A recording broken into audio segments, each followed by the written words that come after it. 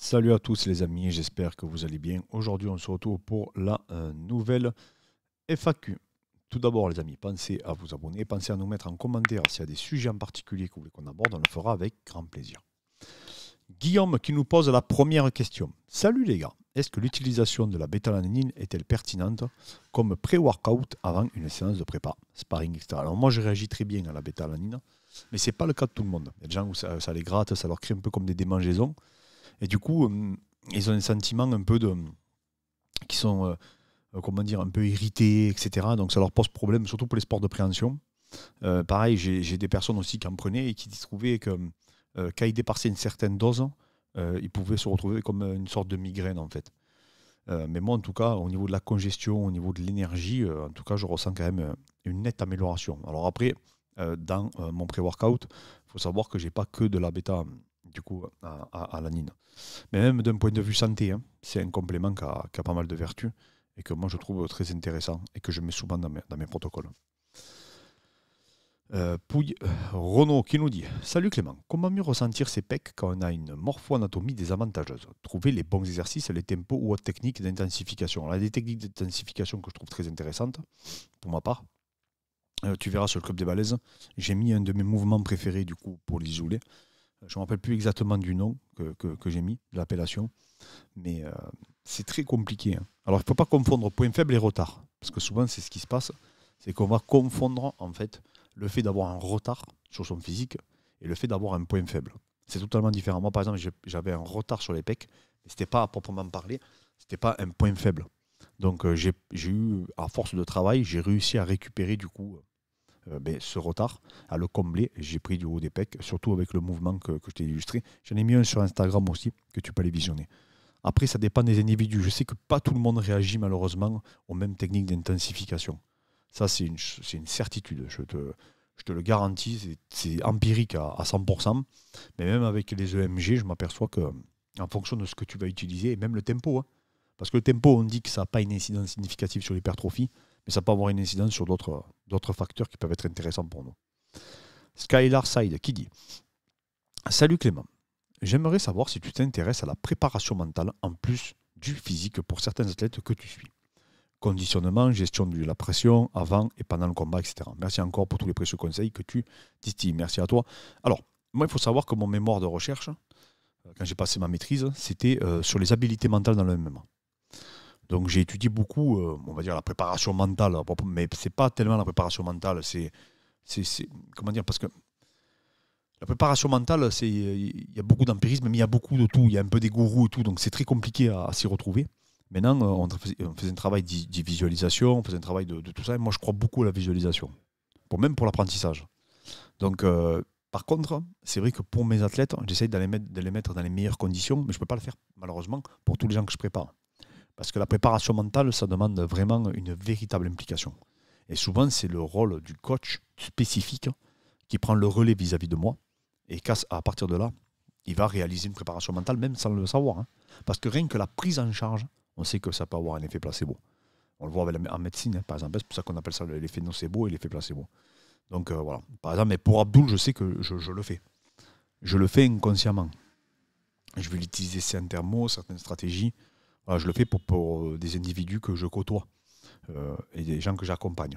Maintenant, ça prend beaucoup de temps. Marius qui nous dit Salut Clément, que penses-tu de cette tendance qui dit que faire du cardio haute intensité type HIIT va avoir un impact négatif sur la prise de muscle et le métabolisme? Merci d'avance pour ta réponse. Alors, je ne sais pas réellement de quoi tu parles. Je ne sais pas si tu parles du papier auquel je pense et de la vidéo à laquelle je pense également. Alors, il faut savoir que les voies mTOR sont très difficiles à perturber en réalité. Euh, c'est assez compliqué à dire. Je sais qu'il y a beaucoup de gens qui vont te dire oui, ça a un effet sur le système parasympathique, sympathique, etc. Mais quand tu fais des recherches, quand tu fais une review, il n'y a pas un consensus réel. Et puis j'ai envie de te dire, le CrossFit a démontré que ça n'avait pas une incidence et des interférences si significatives que ce qu'on pouvait penser. Alors après, à une certaine durée de temps, parce que ça ne veut rien dire faire du HIIT. Ça veut juste dire que c'est à haute intensité, mais tu ne sais pas réellement le volume que la personne va produire. Et ça aussi, c'est un élément déterminant.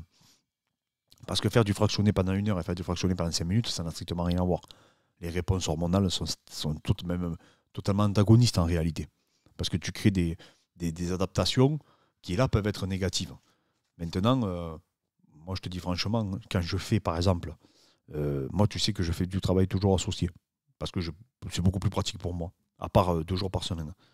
Mais je vais enchaîner donc de la prépa physique, où je vais utiliser toutes les voies qui sont du coup qui vont être optimales pour l'anabolisme et l'hypertrophie. Et après, d'ailleurs, je vais faire un travail associé dans le spécifique que j'aurais choisi. Et j'ai jamais vu, franchement, j'ai vu aucune différence. Donc, et pas que sur moi, hein, même sur mes athlètes.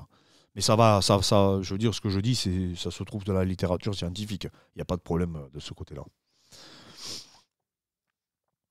Alors, John Doki nous dit: Salut Clément, est-il pertinent de prendre des compléments alimentaires avant de dormir pour optimiser la récupération? Ou l'heure de prise n'a pas vraiment d'importance? Alors, elle a une importance, l'heure de prise, mais ça dépend des compléments que tu vas prendre. Et bien sûr que ça peut être pertinent de prendre certains compléments alimentaires avant de dormir. Il y en a énormément, des compléments que tu prends. Alors, pourquoi beaucoup de personnes, dont moi, je prends par exemple du Night Recovery, comme tout le monde sait. Pourquoi? Parce que c'est un tout en un. Et arrivé un moment, quand ça fait longtemps que tu prends des compléments alimentaires, il faut aller à l'essentiel, il faut que ce soit pratique. Si je commence à calculer, me prendre la tête, etc., déjà que c'est relou le matin, je suis obligé de préparer toutes mes pilules la veille, pour rien oublier. Ça, c'est vraiment la rigueur du culturisme qui m'a appris ça. Mais vous avez vu tous les gens qui sont sous complément, c'est relou de trier toutes ces gélules et tout. Donc je le fais la veille, moi je prépare tout dans un verre. Mais moi maintenant j'aime bien avoir tout en un. Franchement, je sais que c'est pas optimal, mais d'un point de vue pratique, c'est pour moi ça l'est. Donc oui, c'est pertinent. Alors je sais pourquoi tu dis ça, hein. Je sais par rapport au foie, etc. Je sais très bien ce que certaines personnes avancent. Maintenant, je te dis franchement, pour moi, il faut le faire dans le sens où peut-être que tu n'oublieras pas. Un peu comme le matin, tu sais que tu vas prendre tes compléments, mais le soir aussi tu vas prendre tes compléments, et c'est beaucoup plus facile que d'y penser tous les midis, aux heures de tes collations, etc. Où là, il faut une véritable organisation qui peut être du coup chirurgicale. Alexandre Sanchez qui nous dit: Salut Clément, j'espère que ça va bien de ton côté. Est-ce qu'un athlète qui vient du sanda et du judo aura une bonne base pour le MMA? Merci et bonne journée. Oui, alors, s'il cumule les deux, là, grave. Pourquoi? Parce que le sanda, c'est des amnosols de timing. Je crois que William Gomis, d'ailleurs, vient du sanda. Donc, ils ont souvent des gros double leg, qui ne sont pas forcément techniques, mais qui sont faits au bon moment et exécutés au bon moment. L'avantage du judo, lui, c'est surtout les mouvements de ramassement de jambes, les mouvements de hanche. Donc, quand tu vas venir saisir un adversaire, et que tu as un bon timing, que l'adversaire, même s'il amorce une défense, tu peux, toi, venir le coller et venir le contrer, du coup, dans sa défense. Pourquoi? Parce qu'il ne sera pas habitué à tes formes de corps. Un peu comme faisait Rabib, ou un qui est très fort pour ça, c'est Makachev. Makachev est très très fort dans les projections de judo. Ses balayages, ses arrêts gauchis, etc. sont redoutables. Donc au moment où tu vas le coller, il peut partir à tout moment et c'est très très compliqué de venir défendre. Du coup, de venir défendre. Et donc c'est une super base, parce qu'en plus il y a cette rigueur, il y a l'aspect randori qui est très présent dans ces deux disciplines, surtout au judo. Et donc, du coup, tu es habitué au sport de préhension et tu es habitué à beaucoup de dimensions. Et ce qui est bien avec le sanda, c'est que tu es habitué à lier les deux. C'est-à-dire la percussion à la préhension pour le timing. Et donc, ça, c'est vachement intéressant. Vincent Matin qui dit: Bonjour à tous. Finalement, le One n'a pas signé Francis Ngannou. Que reste-t-il comme option pour la suite de la carrière de Francis? Bon rétablissement, coach. On espère que ça pique moins aujourd'hui. Oui, ça va très bien. Francis, j'ai vu qu'il a refusé 20 millions de dollars. Alors, apparemment, c'est pour plusieurs combats. Hein. Je crois que c'est 4 combats, un truc comme ça. Et plus il voulait siéger du coup au conseil d'administration et décider du salaire de son adversaire. Il est malade, ce Francis.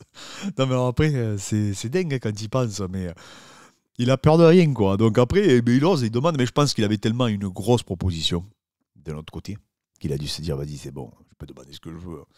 Et je sais pas. Mais c'est vrai que maintenant, à part le PFL, mais bon, franchement, le PFL, ça fait pas rêver, quoi. Franchement, c'est terrible.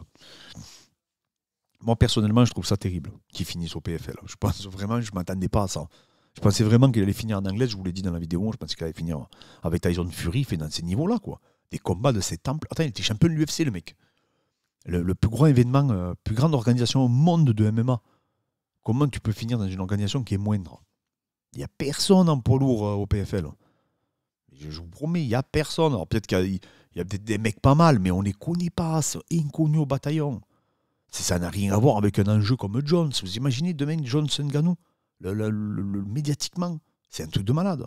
C'est un truc de fou aux États-Unis. L'ampleur que ça pourrait prendre. Là, il va affronter qui Pereira, je sais pas qui est au PFL. Mais non, mais tout le monde en a rien à foutre. Tout le monde en a rien à foutre, c'est une réalité. Et les pay-per-view du PFL, ils sont minimes. Alors oui, il y a Jack Paul et tout, mais non, mais bon. En tout cas, moi, je comprends pas, franchement. Pour moi, c'est catastrophique. Après, bon, mais il verra bien, et voilà, de toute façon, je sais pas. Mais bon, ça fait beaucoup quand même. Le Barnacle, qui dit qu'il c'est lunaire, on se demande. L'UFC qui disent que c'est lunaire. Le One, maintenant, qui dit que c'est lunaire. Ça fait quand même 3 organisations majeures qui disent que le mec, c'est lunaire. Alors oui, c'est bien pour les combattants, etc. Mais bon, je sais pas. C'est compliqué. Moi, je trouve ça, en tout cas, j'aurais préféré le voir contre Tyson Fury, où là, oui, j'aurais compris. Un peu comme a fait Conor, où il est parti, il a affronté Mayweather, le plus gros vendeur de l'histoire. Hein. Là, tu comprends pourquoi le mec, il va faire un super fight. Mais finir au PFL ou au Bellator ou je ne sais où, moi, je trouve ça quand même triste. Pour un mec du niveau de Francis, en tout cas.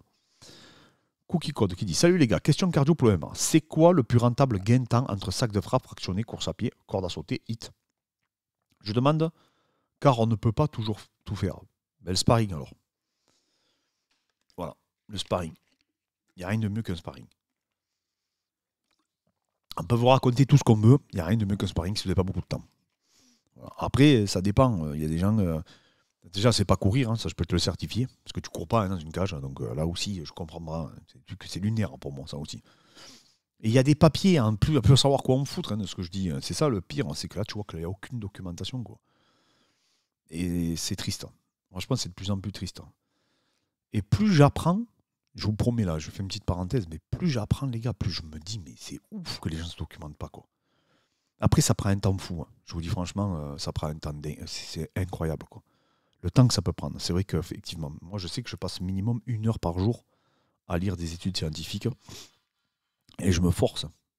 Je me force parce que je ne veux pas être largué, quoi. Et parce que, comme j'ai dit, je suis peut-être pas le meilleur, mais je travaille tous les jours pour l'être. Et aujourd'hui, je vous promets, quand j'écoute maintenant, je peux même plus regarder les shorts en prépa physique. Je vous jure, j'arrive même plus. Les stories non plus, je ne peux plus regarder. Donc, je regarde maintenant des chires, je regarde quelques ostéopathes, des chiros, des mecs comme ça où ils parlent d'anat, ils vont parler du fascia. Moi, j'étudie beaucoup les fascias en ce moment. Bon, c'est mon truc. Alors, je vous fais une petite parenthèse, mais parce que là, je vois qu'aujourd'hui, les gens sont complètement largués. Et c'est ça qui me fait le plus en plus peur. Mais après, ça prend du temps. Hein. C'est comme le MMA. Hein. Moi, tous les jours, je vois des vidéos sur le MMA. Alors, je me forme à peu près 4 heures par jour, j'ai calculé, environ, hein, tous les jours. Mais c'est pas 4 heures où je me mets scolairement. Je vais avoir 1 heure le matin où ça va être plus un développement du coup, en termes d'organisation. Après, j'ai 1 heure où je vais regarder tout ce qui est boxe, lutte, grappling, MMA, etc. Voilà, pour vous dire. Après, je regarde 1 heure du coup mes études. Et après, je vais regarder 1 heure. Là, moi, j'appelle ça. J'apprends à travers les autres. Donc, je vais regarder un embedded, je prends des notes. Voilà. En fait, la différence qu'il va y avoir peut-être avec vous, c'est que moi, quand je regarde un embedded, je prends des notes. Quand je regarde un code down, je prends des notes. Voilà. C'est la différence en réalité. Je vais dire, c'est pas mal ça, hop, je marque. Bon, je le fais, si ça marche, ça marche. Ça marche pas, ça marche pas. C'est pas comme ça que je travaille. Donc voilà, je trouve que c'est important aussi de vous communiquer comment je fais pour avoir les infos. Et voilà. Et donc j'ai calculé, ça me fait 4 heures. Mais en fait, au final, si vous regardez le nombre d'heures que vous passez tous sur vos téléphones, je vous certifie, vous allez être choqués. Vous allez vous dire, mais attends, je passe combien d'heures en fait? Et sauf que, pareil, et même, je pense que j'ai développé, comment dire, un micro-traumatisme, je ne sais pas comment on peut appeler ça, c'est que je ne peux plus faire autre chose. C'est-à-dire que si, par exemple, je vais rouler en voiture, je ne vais pas écouter un podcast sur la nutrition, peu importe, hein, mais j'ai l'impression que je perds mon temps. Et ça, c'est vrai que maintenant, des fois, il faut arriver à... Je me force, hein. Je me force. Mais hier, j'ai répondu à un mec à minuit, quoi, un de mes élèves. Ça, il ne faut pas que je le fasse. Il faut pas que je le fasse. Il faut que je me règle, que je me dise, voilà, à partir de 19h, tu ne réponds plus. Voilà, il faut trouver du temps, quoi. Pour soi-même, déjà. Vincent D. Bonjour. Comment peut-on convaincre nos coéquipiers clients sur l'utilité du travail d'isolation dans la préparation physique générale pour le sport MMA, merci. Mais tu leur dis tout simplement, on n'est jamais aussi fort que son maillon le plus faible. Voilà, tout simplement. Ça veut dire, il n'y a pas plus compliqué que ça. Si tu ne comprends pas ça, tu peux avoir la plus grosse chaîne au monde. S'il y a un maillon qui est en plastique, ta chaîne elle va péter. Enfin, un petit plastique, vous avez compris. ta chaîne elle va péter. Ça veut dire c'est pas plus compliqué que ça. Voilà. Ça aussi, hein. Je débarquais dans le Mans, j'ai expliqué l'isolation, mon pauvre. Il n'y a personne qui parlait d'isolation. Hein. Et maintenant, tout le monde en parle. Alors, Théo Stander, comment gères-tu le stress? Bonne question, ça. Bonne question. Et ça dépend, en fait. Aujourd'hui, moi, ce que je me dis, c'est par rapport à des situations que je vais rencontrer, je me dis toujours, à quoi bon t'en faire? De toute manière, ça ne changera rien. Et après, je relativise, tu vois. Et après, j'essaie de me rappeler des gens qui ont eu des vrais coups durs, des vraies problématiques. Et moi, j'ai eu la chance d'aller à l'Institut Saint-Pierre. En fait, à Palavas, on a un hôpital pour les enfants, donc, qui s'appelle l'Institut Saint-Pierre. Et il y a des enfants, des fois, qui sont en fin de vie. Et des enfants handicapés, etc. Et là, tu vois, tu te dis, mais mince, c'est incroyable. Et à l'époque, on avait essayé de m'annuler mon événement, en 2012. Le plus gros événement de ma vie. Tout le monde avait fait des pieds et des mains pour me l'annuler. Et du coup, j'étais en rapport avec Fernand Lopez à l'époque. Donc c'était Fernand qui m'aidait du coup pour l'événement. C'était lui qui était avec la fédération, qui allait être du coup le coordinateur. Et lui il m'épaulait à mort. Et un jour, il me dit, je ne sais pas quoi te dire, il y avait des gens qui étaient contre moi, quoi, mais c'était des jaloux, mais c'était bidon. Et en fait, l'après-midi même, j'avais vu un petit peu cher, mais vraiment, c'était la fin, quoi. Et ils jouaient, mais voilà. Et les parents, mais ils étaient dignes, hein, mais un truc de fou, quoi. Et là, je me suis dit, mais comment moi je peux me plaindre? Parce que mon événement, peut-être, il va sauter. Au pire, je perds toutes mes économies. Et ce petit, tu vois, il a rien demandé à personne. Et là, à partir de là, tu relativises tout. Je te promets, tu te dis, mais mec, la vie, elle est extraordinaire. Pourquoi faire? Stresser, tu vois. Alors là, je te parle du stress dans la vie, mais c'est complètement pareil avec le sport. Hein. C'est complètement pareil avec le sport, que ce soit avant un combat, etc. T'es là de ton plein gré, il faut te dire, je vais passer un bon moment, quoi. Même si tu prends des coups. Ben voilà, t'es là. T'es là, tu peux faire ce que t'aimes. Pour les gens que t'aimes, tu peux kiffer, c'est ta passion. Ben vas-y. Hein.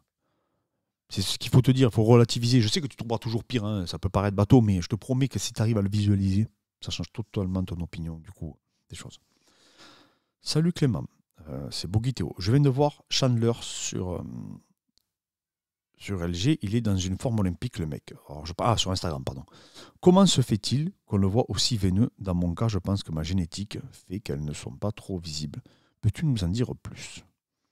Alors, c'était Michael Gundich, je crois, qu'on avait parlé de ce sujet-là.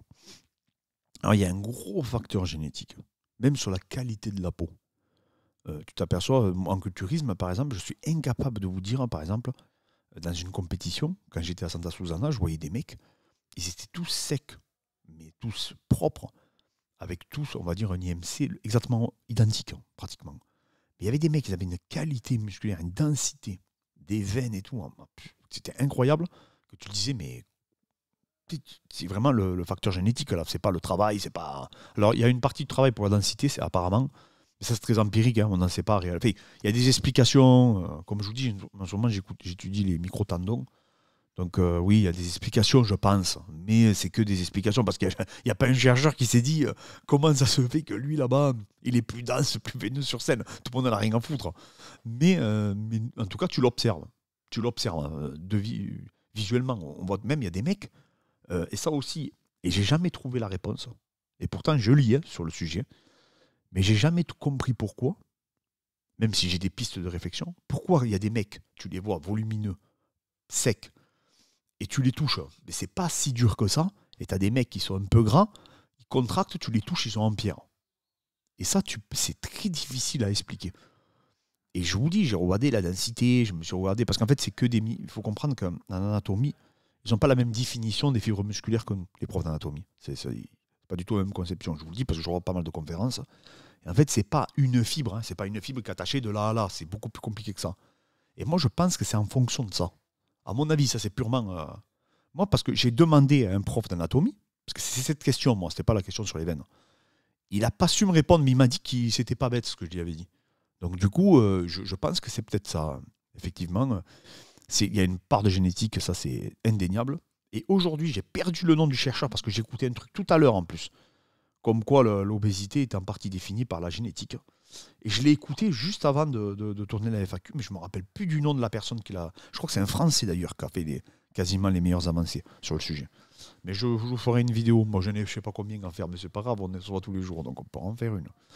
Ben MC qui nous dit: pour vous, Volca n'est-il pas en train de devenir le god des 66 kilos? Merci pour vos vidéos et réponses. C'est toujours un plaisir de vous écouter. Force pour la suite. Oui. Ben oui, Volca, surtout avec la performance qu'il a fait contre Makachev. Hein. Ah, Volca, c'est ouf. Après, José Aldo, il a eu un règne tellement long, tellement incroyable, ce mec. Je pense qu'il n'était pas à son prime, surtout quand il est arrivé à l'UFC. Mais au WEC, c'était un truc de ouf, quoi. Mais c'est vrai, Volca, il défie. C'est un truc de. Volca, c'est incroyable. Donc oui, tu peux dire que je pense que Volca, maintenant, s'il gagne à Yair Rodriguez, et après, il ne peut pas prendre Max Holloway, encore une fois, c'est pas possible. Mais bon, voilà, vous avez compris, il aura fait le tour, quoi. Hein. Mathéo Der. Salut Clément, félicitations pour toi, votre travail, à toi et Fred. Merci beaucoup. Qu'as-tu pensé du combat de Rodolfo Vieira? Rodolfo Vieira, il est ce qu'on pense de lui. C'est un phénomène, mais que je pense que mentalement, on en discutait avec Fred, il n'est pas. C'est pas un mec qui arrive à transférer son niveau. Et c'est surtout, je le répète souvent,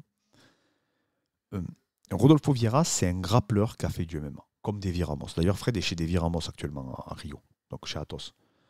Et du coup, c'est des mecs qui ont fait un gros parcours en grappling, mais qui sont passés sur le tard sur le MMA. Et ça peut être un handicap. Parce que Burns, à la rigueur, il est passé tôt. Vous voyez, il était déjà fort, mais jeune, il s'est dit, je vais faire du MMA. Et donc, après, il a réadapté toute sa vision.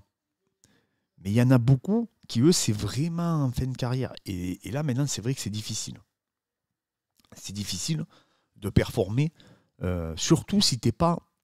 en fait, si tu es un mec comme Rodolfo Vieira qui est talentueux, qui est athlétique, etc., mais qui n'était pas réputé en combat, c'était pas un mec réputé dur, vraiment un peu hargneux dans son sol.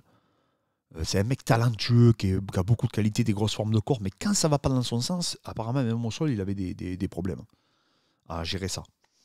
Et donc, du coup, je pense que ça se ressent maintenant en MMA, parce qu'il y a les frappes en MMA. Hein. Il ne faut pas l'oublier, tu prends des petits coups, ça peut te stresser un petit peu. Si la clé ne passe pas, comme ça glisse et tout, les gants et tout, tu te dis, ah mince, c'est tout, c'est quand même compliqué. Donc tout ça mis bout à bout, ça fait que tu te poses des questions, tu t'interroges, quoi. Et moi, je pense que lui, il se pose trop de questions et il n'arrive pas à transférer du coup le niveau qu'il pourrait avoir. Parce qu'il a une sacrée lutte et un sacré sol de dingue. Mais s'il n'arrive pas à vous terminer dans les premiers instants, s'il n'arrive pas à exprimer son jeu, ça devient très compliqué pour lui. Alors qu'à côté de ça, tu as des mecs, ils sont réputés, tu vois, un Miao par exemple, je sais que même si un MMA, il se ferait tuer peut-être, hein, parce qu'il est fin et tout ce que tu veux, mais c'est un mec, il faut le tuer, quoi. Il s'est fait retourner la jambe, retourner le bras, il s'est tout fait retourner, il prenait des bras têtes, il tape pas les mecs. Ils sont connus pour ça, pour avoir un mental à toute épreuve. Et tu as des mecs comme ça, c'est des guerriers, quoi. Et eux, souvent, ils arrivent quand même plus ou moins à transférer leur sol. On pense à Jacare, par exemple. Jacare qui avait refusé de taper contre Roger Gracie, qui s'est fait péter le bras. Donc là, tu te dis, ouais, le mec, il est fait pour faire du MMA, quoi. Il a un mental qui lui permet de résister à la douleur, et ça tu peux pas... c'est très difficile de le travailler. Hein. Tu peux l'améliorer, tu peux l'optimiser, mais de là à vraiment te changer totalement, ça risque d'être très compliqué. H qui dit: salut Clément et Fred, que pensez-vous de la méthode conjuguée, condensée popularisée par Westside Barbell pour une prépa à l'année d'un grappleur? Est-ce pertinent? Merci à vous de répondre à nos questions avec grand plaisir. Merci à toi. Alors, pour ceux qui ne savent pas, la méthode Westside, j'ai fait un hommage à son créateur qui s'appelle Louis Simons. Louis Simons, pour moi, je le considère comme un de mes pères. Le belt squat, le reverse hyper, toutes ces machines que j'ai, c'est Simons qui les a popularisées et réinventées. Moi, je dis carrément le mot réinventé parce que si Simons n'aurait pas été là, je pense qu'on ne les aurait jamais eu. C'est pas Yesis qui les a ramenés, c'est pas vrai. Ici, tout le monde s'en fout, personne ne le connaît. Nous, on le connaît parce qu'on est préparateur physique, on kiffe ça. Mais même Simons, il y a beaucoup de préparateurs qui ne le connaissent pas. Donc, Simons, vous connaissez, c'est le mec qui a les deux haches là, qui est décédé malheureusement, et qui est un peu l'inventeur des chaînes, où travaille avec les élastiques, etc. C'est lui, on va dire, qui l'a popularisé, qui l'a médiatisé, etc. Donc du coup, sa méthode Westside, il faut savoir déjà qu'elle est faite à la base pour les gens qui sont dopés. Bon voilà, ils ne sont jamais cachés, hein, c'est des powerlifters, donc pour la force athlétique. Et elle est, en termes de charge d'entraînement, elle est énorme. Si tu fais la vraie méthode, elle est énorme. C'est un truc de ouf, quoi. Pour vraiment, tu peux pas faire du spécifique à côté, c'est mort. Par contre, il avait une réflexion d'ensemble qui était incroyable. C'est pour ça qu'il dit la méthode condensée. Il y a des pistes à récupérer chez Simons. J'en ai récupéré, moi, pour ma part, pour mes coachings à distance, énormément. Mais toute la réflexion de Simons, j'ai dû la réadapter totalement à nos contraintes. Que ce soit le rugby, le foot et tout. Parce que je pense que lui, il était tellement habitué à entraîner des mecs sous aide qu'il ne se rendait plus compte de ce qu'il recommandait, en fait. Et en fait, tu t'aperçois que c'est une méthode il faut que l'entraîneur qui va l'adapter, il faut qu'il ait vraiment de la réflexion pour le faire. Mais après, l'homme en lui-même et sa vision de la performance, c'est une mine d'or. C'est une mine d'or, ce mec. Vraiment. Et c'était une mine d'or peu chère, mais voilà. Donc vraiment, Louis Simons, c'est une très bonne méthode, mais c'est très très dur de l'adapter. Parce que tu vas la perdre, en fait, la vision, en général. Quand tu l'adaptes trop, tu la perds. Et d'arriver à faire la liaison entre sa méthode et la prépa physique, pour les disciplines spécifiques, c'est très très très difficile. Moi j'ai mis du temps en tout cas pour le faire. Peut-être qu'il y en a qui y arrivent plus facilement, mais moi en tout cas pour ma part, j'ai quand même mis du temps à le réaliser. Voilà les amis, la FAQ est terminée. Je devais faire un live à la base, mais je ne sais pas pourquoi j'ai une connexion qui est pathétique. Je comprends pas pourquoi. Donc voilà. Fred est toujours à Rio. J'ai hâte qu'il me fasse son compte rendu. On a hâte qu'il revienne. Et ben voilà les amis. En tout cas, je vous dis à très bientôt. Merci encore à tous pour la force. N'hésitez pas à vous enregistrer dans le Club des Balaises. Et je vous dis à très vite.